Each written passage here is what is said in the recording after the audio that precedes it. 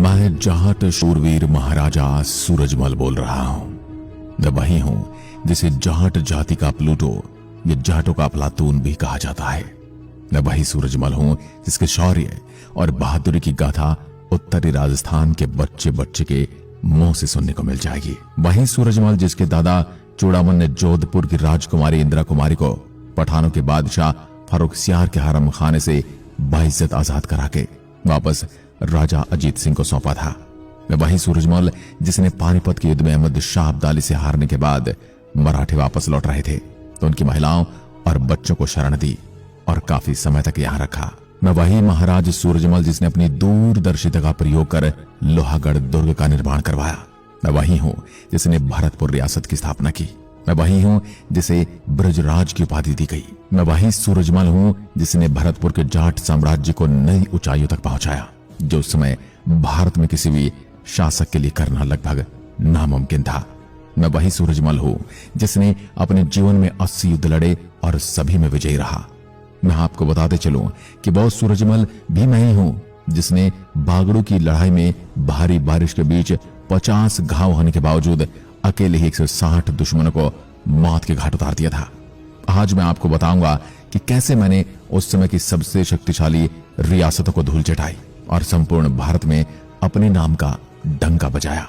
मेरी शौर्य गाथा सुनकर आपका सीना गर्व से चौड़ा हो जाएगा। जिस दौर में मेरा जन्म हुआ उस दौर में राजपूत शासक टूट चुके थे और मुगलों से वे अपनी रियासत बचाने के हर संभव प्रयास कर रहे थे। मेरा जन्म 13 फरवरी 1707 को राजस्थान के ब्रज रियासत के महाराजा बदन सिंह के यहां हुआ। यदि आप भी राजस्थान के निवासी हैं तो मुझे कमेंट बॉक्स में लिखकर जरूर बताएं। मेरे कान आज भी राजस्थान का नाम सुनने के लिए बड़े उत्सुक रहते हैं। संयोग से ये इतिहास की वही तारीख थी जब मुगल बादशाह औरंगजेब की मृत्यु हुई थी। मेरे पिता का नाम बदन सिंह और माता का नाम रानी देवकी था। मेरे शरीर की अगर बात करूं तो मैं 7 फुट 2 इंच लंबा और मेरा वजन 150 किलोग्राम के साथ मैं दोनों हाथों में एक साथ तलवार चलाने में माहिर था। मेरे शासनकाल के दौरान 15,000 घुड़सवार एवं 25,000 पैदल सैनिक थे। जब मैं करीब 25 वर्ष का हुआ तब पिता बदन सिंह ने मुझे सोघरिया रुस्तम पर आक्रमण करने भेजा और ये मेरे जीवन का पहला सफल अभियान था। अब मैं आपको अभेद्य लोहागढ़ दुर्ग की ओर ले चलता हूं। सन 1733 में मैंने लोहागढ़ दुर्ग का निर्माण करवाया, जिसकी दीवारें इतनी मोटी और मजबूत थी कि तोप के मोटे मोटे गोलों का भी इन पर कोई असर नहीं होता था। यह किला आयताकार जो 6.4 किलोमीटर के क्षेत्र में विस्तृत होते हुए दोहरी प्राचीर से घिरा हुआ है।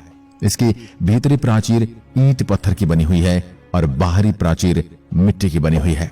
मिट्टी की प्राचीर पर तोप के गोलों का कोई असर नहीं होता था। यह किला इतना दुर्जय है कि कई मुस्लिम शासक यहां तक कि अंग्रेजों ने भी इस किले को जीतने के लिए 13 बार अपनी पूरी ताकत लगा दी थी। एक अंग्रेज अफसर लॉर्ड लेक जिसने इस किले को बारूद तक से उड़ाने की योजना बनाई, लेकिन तब भी वह इस किले का कुछ नहीं बिगाड़ पाया। इसलिए इस किले को अजयगढ़ का किला भी कहा जाता है। लोहागढ़ के चारों ओर एक गहरी खाई और मिट्टी का विशाल परकोटा किले के सुरक्षा कवच का कार्य करता है। किले के प्राचीर में 8 विशाल 40 अर्धचंद्राकार बुर्ज तथा 2 विशाल दरवाजे हैं। जब भी मैं इसकी ओर देखता हूं तो मैं अपने आप को गौरवान्वित महसूस कर पाता हूं, क्योंकि हिंदुस्तान के इतिहास में एकमात्र किला है जो हमेशा से अभेद्य रहा। किसी की परछाई तक इस पर नहीं पड़ पाई। अब मैं आपको बताता चलूं कि मैंने रणभूमि में महाराज जयसिंह के बड़े पुत्र ईश्वरीय सिंह का क्यों साथ दिया। मेरे और जयपुर रियासत के महाराज जयसिंह में दोस्ताना संबंध थे, परंतु महाराज जयसिंह की मृत्यु होने से जयपुर रियासत को लेकर जयसिंह के दोनों पुत्रों ईश्वरीय सिंह और माधव सिंह में सत्ता संघर्ष शुरू हो गया। मैं जयसिंह के बड़े पुत्र ईश्वरीय सिंह को नियमानुसार रियासत का वारिस देखना चाहता था। उधर उदयपुर रियासत के महाराज जगत सिंह के छोटे पुत्र माधव सिंह को रियासत का राजा बनने के पक्ष में थे। इस मतभेद को लेकर दोनों के बीच 1747 में युद्ध हुआ, जिसमें ईश्वरीय सिंह को विजयश्री प्राप्त हुई। लेकिन माधव सिंह अभी भी रियासत पाने की लालसा में था और एक रणनीति के तहत वो मराठों, राठौड़ों एवं उदयपुर के सिसोदिया राजाओं के साथ मिलकर फिर से ईश्वरीय सिंह से युद्ध करने आ गया। ऐसे में अब ईश्वरीय सिंह अकेला पड़ गया और उसकी हार निश्चित दिखाई देने लगी। लेकिन ऐसे माहौल में मैं बिना परिणाम की चिंता किए हुए अपने 10,000 सैनिकों को लेकर ईश्वरीय सिंह का साथ देने रणभूमि में पहुंच गया। यह सवाल मेरे जिगरी दोस्त जय सिंह और मेरे आत्मसम्मान का था, लिहाजा मैं अपने हाथों में तलवार लिए वही युद्ध भूमि में दुश्मन के छक्के छुड़ाने लगा। मुझे खुखार तरीके से लड़ता देख जब राजपूत राजाओं ने मेरा परिचय पूछा, तब मैंने जवाब दिया, नहीं जाटनी ने सही व्यर्थ प्रसव की पीर, तब जन्मा उसके गर्भ से सूरजमल सा वीर। 20 अगस्त 1748 में बागरू स्थान पर लड़ाई में भारी बारिश के बीच 50 घाव लगने के बावजूद अकेले ही मैंने 160 दुश्मनों को मौत के घाट उतार दिया। ईश्वर सिंह को इस युद्ध में भी विजयश्री प्राप्त हुई और वो जयपुर रियासत के राजा घोषित हुए। मैंने अपने वीर साहसी सैनिकों के साथ 1753 में बैशाख माह में दिल्ली पर कूच कर दिया। मुगल सम्राट की सेना के साथ मेरा संघर्ष कई महीने तक चलता रहा और आखिरकार कार्तिक के महीने में मैंने दिल्ली पर आक्रमण किया और दिल्ली सहित फिरोज शाह कोटला तक अपने राज्य का विस्तार किया। मेरे इस राज्य विस्तार को देखकर दिल्ली के नवाब नवाजुद्दीन ने मराठा सरदारों के कान मेरे खिलाफ भर दिए। इसका परिणाम यह हुआ कि मराठा सरदारों ने मिलकर भरतपुर पर चढ़ाई कर दी। 3 महीने से भी ज्यादा समय तक भरतपुर कुम्हेर के किले को घेर कर रखा, लेकिन मराठा सरदार भरतपुर पर कब्जा करने में सफल रहे और इस हमले की कीमत मैंने मराठा सरदार मलधर राव के बेटे खंडराव होलकर को मौत के घाट उतारकर चुकता कर लिया। कोई चारा न देखकर मराठा सरदारों को मुझसे संधि करनी पड़ी। मराठा सरदार होलकर ने 1754 में भरतपुर कुम्हेर पर आक्रमण कर दिया। मैंने नजीबुद्दौला द्वारा अहमद शाह अब्दाली के सहयोग से भारत को मजहबी राष्ट्र बनाने की कोशिश को विफल कर दिया। मेरे इस पराक्रम को देख सन 1755 में मेरे पिता बदन सिंह ने अपने जीवन काल में ही मुझे भरतपुर की बागडोर सौंप दी। 22 मई 1755 को मेरा राज्याभिषेक कर दिया गया। भरतपुर का युद्ध 12 फरवरी 1757 को भरतपुर और अफगानों के सेना के बीच लड़ा गया था। अफगान दुर्रानी साम्राज्य के शासक अहमद शाह दुर्रानी ने भरतपुर पर हमला कर दिया। दुर्रानी ने डींग पर हमला करने की हिम्मत नहीं की। मेरी सेना उसके खिलाफ बल्लभगढ़, चौमुंडा, गोकुल, कुम्हेर और भरतपुर में लड़ाई लड़ रही थी। सेना ने अफगान सेना को रोक दिया। सेना ने अब्दाली की सेना को भी हरा भी दिया। अंत में अब्दाली को युद्ध छोड़कर पीछे हटना पड़ा। इस दौरान उसने मथुरा और वृंदावन के पवित्र स्थानों को बर्बाद कर दिया और लूट लिया। 14 जनवरी 1761 में पानीपत की तीसरी लड़ाई मराठों और अहमद शाह अब्दाली के बीच हुई। मराठों के पास न तो पूरा राशन था और न ही इस इलाके का उन्हें भेद था। कई कई दिन के भूखे सैनिक क्या युद्ध करते। अगर उस दिन सदाशिव राव मुझसे छोटी सी बात पर तकरार करके मुझे उस युद्ध में साझेदार बनाता तो आज भारत की तस्वीर कुछ अलग होती, लेकिन फिर भी मैंने दोस्ती का हक अदा किया। 30-40 हजार मराठा सैनिक जंग के बाद जब वापस जाने लगे तो भरतपुर रियासत के इलाके में पहुंचते पहुंचते उनका बुरा हाल हो गया था।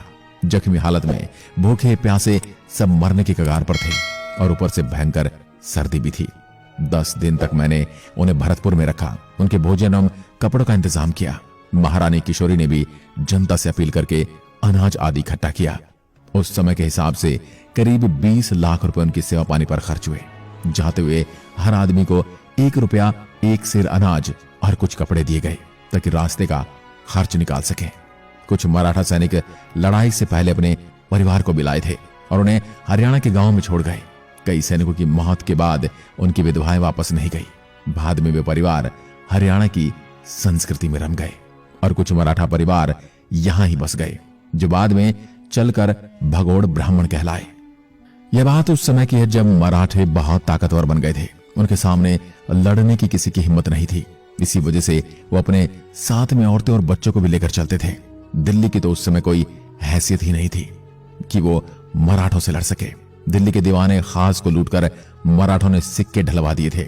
जब अफगानी आक्रांता अहमद शाह अब्दाली भारत आया तो उसके और मराठों के बीच पानीपत में युद्ध हुआ। जब मराठे युद्ध के लिए जा रहे थे तो भरतपुर से होकर गुजरे थे। तभी मैंने उनको सलाह दी कि औरतों और बच्चों को यहीं छोड़ दो और सेना को हल्की कर लो और साथ में मैं भी चलता हूं, जो उस समय का सबसे बड़ा योद्धा था। लेकिन उस समय जो मराठों का सेनापति था सदाशिव राव भाऊ ज्यादा घमंडी था। उसने मेरी एक न सुनी और मेरे से तकरार करके चला गया। फिर भी युद्ध के बाद लौटते समय मैंने ही उनकी रक्षा की और एक भारतीय संस्कृति की सदियों से चली आ रही परंपरा का अनूठा उदाहरण पेश किया।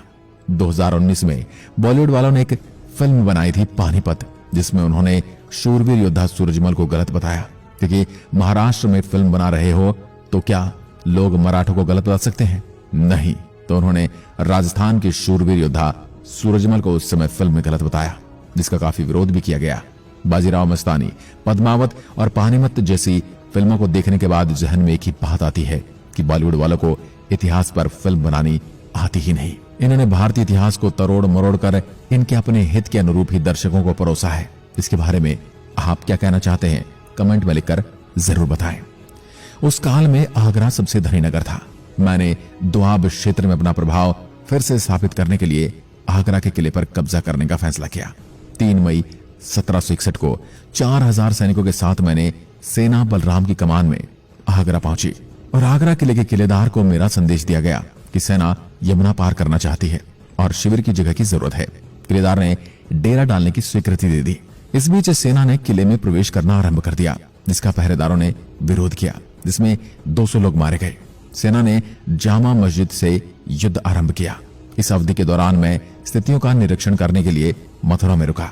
मैं जून के प्रथम सप्ताह में आगरा में अपनी सेना की सहायता के लिए आगरा पहुंचा। मैंने आगरा शहर में रहने वाले गार्डों के परिवारों के सदस्यों को गिरफ्तार कर लिया और किले के पहरेदारों को आत्मसमर्पण के लिए दबाव डाला।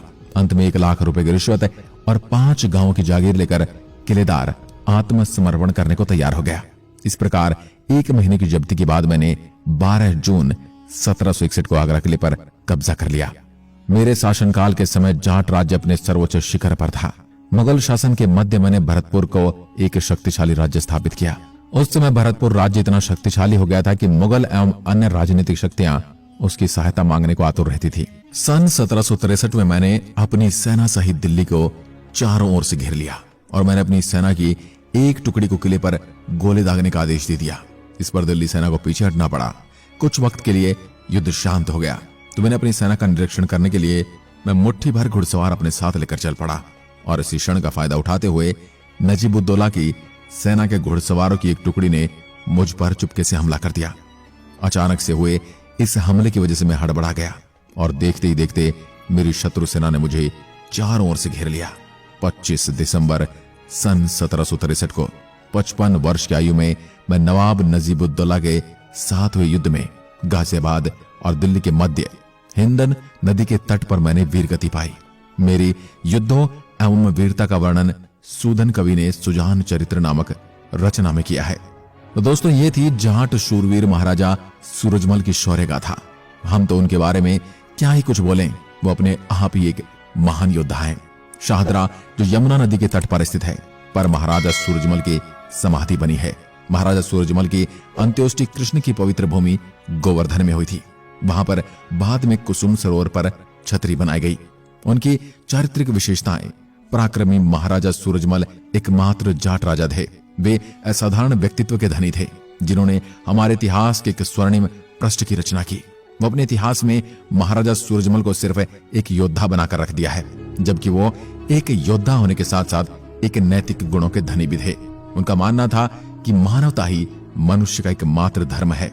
उन्होंने एक राष्ट्र के रूप में भारत की कल्पना की और राष्ट्रीय एकता स्थापित करने में अपना जीवन समर्पित कर दिया। महाराजा सूरजमल किसानों को समाज का सबसे महत्वपूर्ण वर्ग मानते थे और उनका बड़ा सम्मान करते थे। उन्होंने व्यक्तिगत रूप से किसानों की समस्याओं को सुना और उस समाधान के लिए सुधारों की शुरुआत की। उनके नाम पर स्थापित कुछ संस्थानों में महाराजा सूरजमल इंस्टीट्यूट ऑफ टेक्नोलॉजी और महाराजा सूरजमल ब्रिज यूनिवर्सिटी भरतपुर शामिल हैं। 2019 की हिंदी फिल्म पानीपत में उनका किरदार मनोज बख्शी ने निभाया था।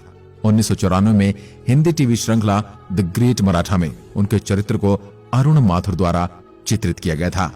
दोस्तों, महाराजा सूरजमल के बारे में आपके मन में क्या विचार है? कमेंट में लिखकर जरूर बताएं और 2 शब्द उनके सम्मान में अवश्य लिखें। साथ ही चैनल को सब्सक्राइब कर बेल आइकन दबाना ना भूलें। एक बार फिर मिलते हैं, तब तक के लिए नमस्कार। जय हिंद, जय भारत।